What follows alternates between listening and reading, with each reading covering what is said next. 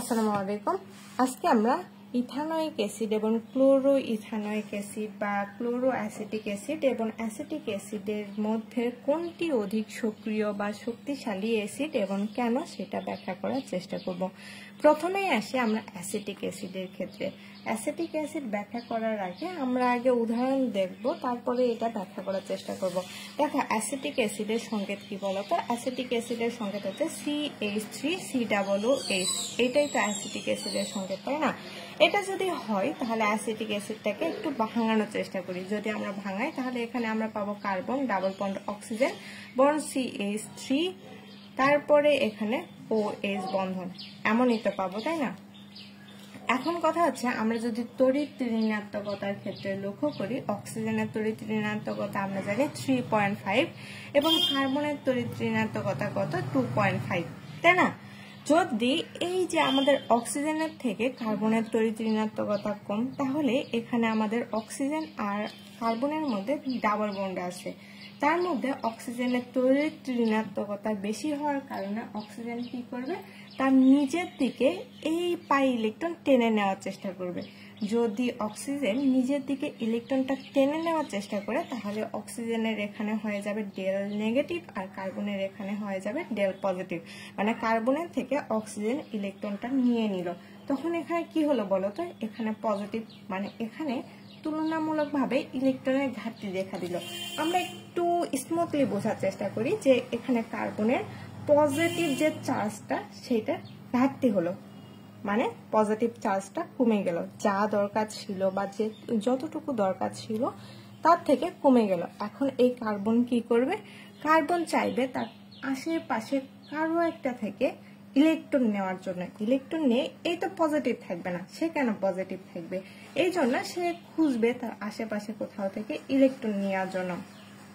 তখন দেখবে যে এই যে আমাদের কার্বন এবং অক্সিজেনের মধ্যে যে বন্ধনটা আছে সেই বন্ধনের এখানে অক্সিজেন, এই কার্বনটা এই অক্সিজেনের থেকে ইলেকট্রন নেওয়ার চেষ্টা করবে। যখন ইলেকট্রন নেওয়ার চেষ্টা করবে, অক্সিজেন তো এমনিতেই তড়িৎ ঋণাত্মক, কার্বনের থেকে বেশি তড়িৎ ঋণাত্মক। আর তড়িৎ ঋণাত্মক হওয়ার কারণে আমাদের কি তড়িৎ ঋণাত্মকতার পার্থক্য হওয়ার কারণে এই অক্সিজেন তো একে ইলেকট্রন দিবে না, সে কি করবে? এই হাইড্রোজেনের থেকে ইলেকট্রন নিয়ে কার্বনকে দিবে।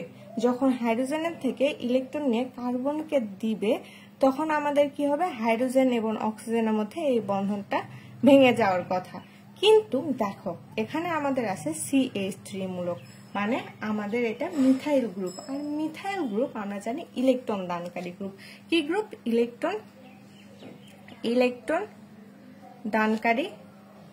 দানকারী গ্রুপ। তাহলে এই যে ইলেকট্রন দানকারী গ্রুপ এখানে থাকার কারণে এই কি করবে? CH3 গ্রুপটা কার্বনকে ইলেকট্রন দিবে। যতটুকু কার্বনের পজিটিভের ঘাটতি ছিল সেই ঘাটতির থেকে বেশি পরিমাণে ইলেকট্রন, মানে আমাদের এই যে কার্বন এর H3 মানে 3টা হাইড্রোজেন কার্বনকে দিয়ে দেওয়ার সক্ষমতা রাখে। এখানে যতটুকু পজিটিভের ঘাটতি ছিল ততটুকু পজিটিভ যদি এখান থেকে আমাদের মিথাইল গ্রুপ থেকে আসে তাহলে কি এই অক্সিজেন থেকে নেওয়ার দরকার আছে? নেওয়ার তো দরকার নাই, তাই না? কারণ কার্বনের যতটুকু পজিটিভের ঘাটতি হয়েছিল সেই ঘাটতিটা তো মিথাইল গ্রুপ পূরণ করলো। এই জন্য আর আমাদের অক্সিজেনের থেকে এই ইলেকট্রনটা নেওয়ার প্রয়োজন পড়ে না। এই জন্য অক্সিজেন আর হাইড্রোজেনের মধ্যে যে বন্ধনটা সেই বন্ধনের দৃঢ়তা বৃদ্ধি পায় এবং ইলেকট্রন ত্যাগের প্রবণতাটা কমে যায়।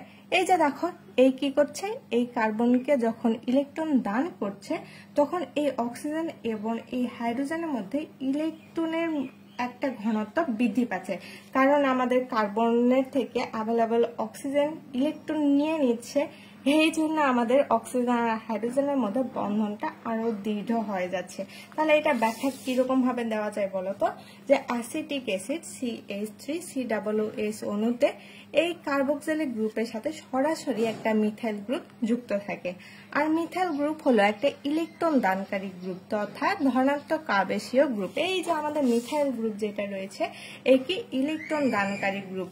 আর ইলেকট্রন দানকারী গ্রুপ হওয়ার কারণে ধনাত্মক আবেশীয় প্রভাব দ্বারা কার্বক্সিলিক গ্রুপের OH অংশের অক্সিজেন পরমাণুর ইলেকট্রন ঘনত্ব বৃদ্ধি করে। ইলেকট্রন ঘনত্ব বৃদ্ধি করা মানে কি বলতো, কোনো একটা নির্দিষ্ট স্থানে ইলেকট্রনের উপস্থিতিটা, তাহলে এই যে এখানে ইলেকট্রনের উপস্থিতিটা পর্যাপ্ত পরিমাণে থেকে যায়, কারণ এখানে ইলেকট্রন দানকারী গ্রুপ রয়েছে। এখানে ইলেকট্রনের যদি স্বল্পতা না পড়ে তাহলে হাইড্রোজেনের থেকে ইলেকট্রন নেওয়ার তো প্রয়োজন পড়ে না, তাই না? তাহলে এখানে ইলেকট্রনের ঘনত্ব বৃদ্ধি করে, ফলে অক্সিজেনের তড়িৎ ঋণাত্মকতা কিছুটা হ্রাস পায় এবং OH বন্ধনের ইলেকট্রন জোড় অক্সিজেনের দিকে বেশি সরে থাকে না।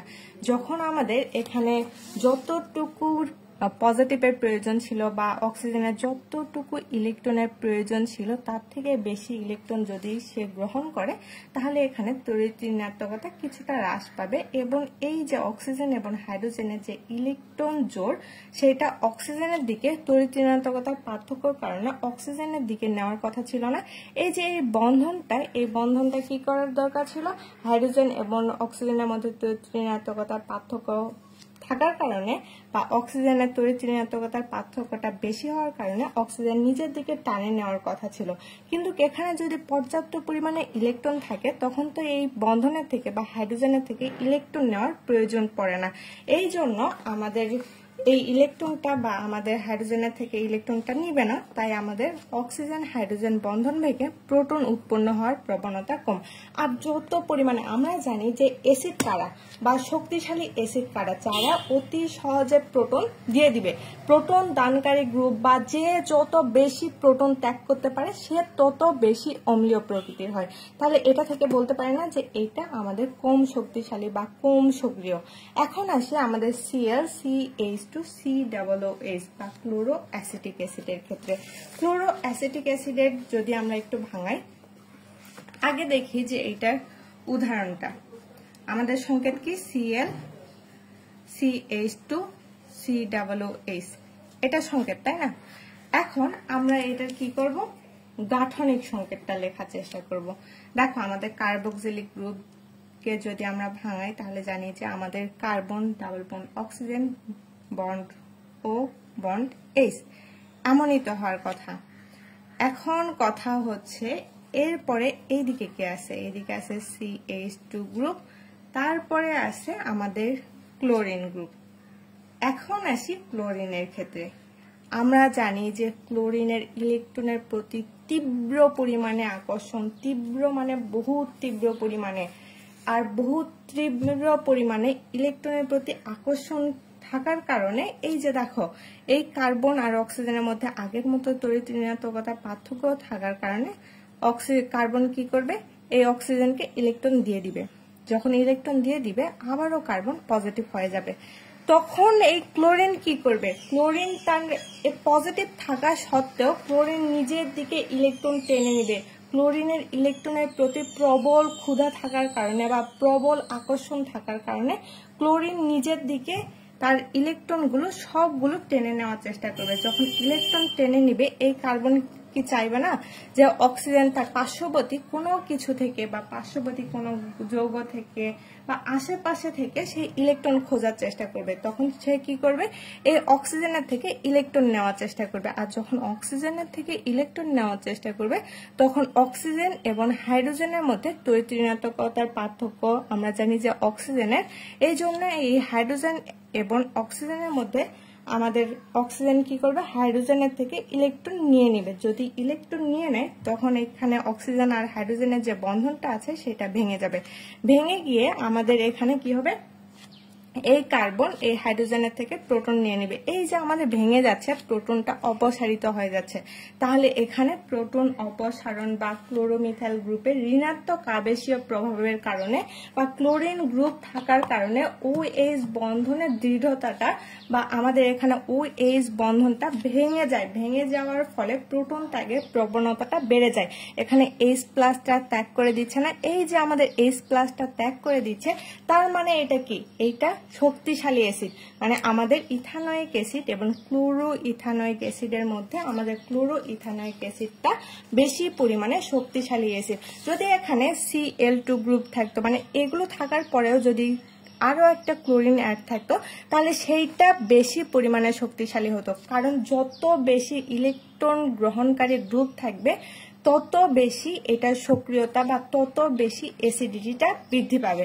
তাহলে এখন আসি আমাদের ক্লোরো অ্যাসিটিক অ্যাসিডের ব্যাখ্যার ক্ষেত্রে।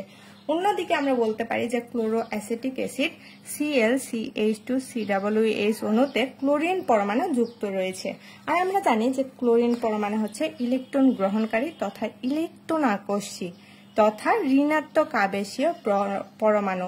তাই এটি ঋণাত্মক আবেশীয় প্রভাব দ্বারা কার্বক্সিলিক গ্রুপের OH অংশের অক্সিজেন পরমাণুর ইলেকট্রন ঘনত্ব হ্রাস করে। যখন আমাদের হচ্ছে OH গ্রুপের অক্সিজেনের এখানে আমাদের ইলেকট্রনের ঘাটতি বা এই নির্দিষ্ট স্থানে ইলেকট্রনের উপস্থিতিটা কমে যায়, তখন ইলেকট্রনের ঘনত্ব সেটাকে আমরা বলি যে হ্রাস পায়।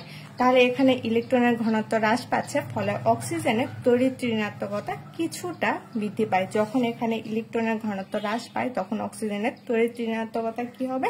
বৃদ্ধি পাবে এবং OH বন্ধনের ইলেকট্রন জোড় অক্সিজেনের দিকে বেশি সরে থাকবে। তাই আমাদের অক্সিজেন এবং হাইড্রোজেন বন্ধন ভেঙে প্রোটন উৎপন্ন হওয়ার প্রবণতা বেশি হয়। তাহলে আমরা বলতে পারি যে আমাদের এই দুইটা অ্যাসিডের মধ্যে ক্লোরো অ্যাসিটিক অ্যাসিড বেশি শক্তিশালী, কারণ এখানে আমাদের ইলেকট্রন গ্রহণকারী গ্রুপ রয়েছে আর এখানে ইলেকট্রন দানকারী গ্রুপ রয়েছে।